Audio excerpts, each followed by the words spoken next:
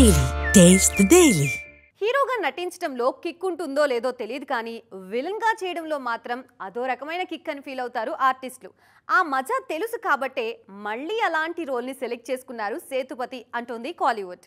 నేను హీరోగా తప్ప ఇంకే సినిమాలు చెయ్యను అని ఆ మధ్య గ్రాండ్ గా అనౌన్స్ చేశారు విజయ్ సేతుపతి. అలాంటిది ఇప్పుడు సడన్ గా విలన్ గా చేస్తానని అనౌన్స్మెంట్ ఇచ్చేశారు. దీంతో ఆయన విలన్ గా చేసిన పాత సినిమాలను గుర్తు చేసుకుంటున్నారు జనం. సిల్వర్ స్క్రీన్ మీద విలనిజానికి కొత్త అర్థం చెప్పిన వాళ్లలో విజయ్ సేతుపతి పేరు మర్చిపోలేం. మాస్టర్, విక్రమ్, ఉప్పెన ఏ సినిమా తీసుకున్నా ఆయన తనదైన స్టైల్ ని ఎలివేట్ చేశారని అంటుంటారు విమర్శకులు. ఈ మధ్య కంప్లీట్ గా హీరోగానే చేయాలని ఫిక్స్ అయ్యారు సేతుపతి. అందుకే కొన్నాళ్ల పాటు గ్యాప్ ఇచ్చారు. అయితే ఇప్పుడు కాస్త మనసు మార్చుకున్నట్టు అర్థమవుతోంది. హీరోగా కంటిన్యూ అవుతూనే వదులుకోకూడదు అన్నంతగా మెప్పించే స్క్రిప్ట్లొచ్చినప్పుడు విలన్ గా కూడా చేయడానికి సిద్ధమవుతున్నారు. సింబు హీరోగా నటిస్తున్న అరసన్లో నటిస్తున్నారు సేతుపతి. తెలుగులో సామ్రాజ్యం పేరుతో రిలీజ్ కానుంది ఈ మూవీ. వడ చెన్నై యూనివర్స్లో భాగంగా వెట్రిమారన్ తెరకెక్కిస్తున్నారు.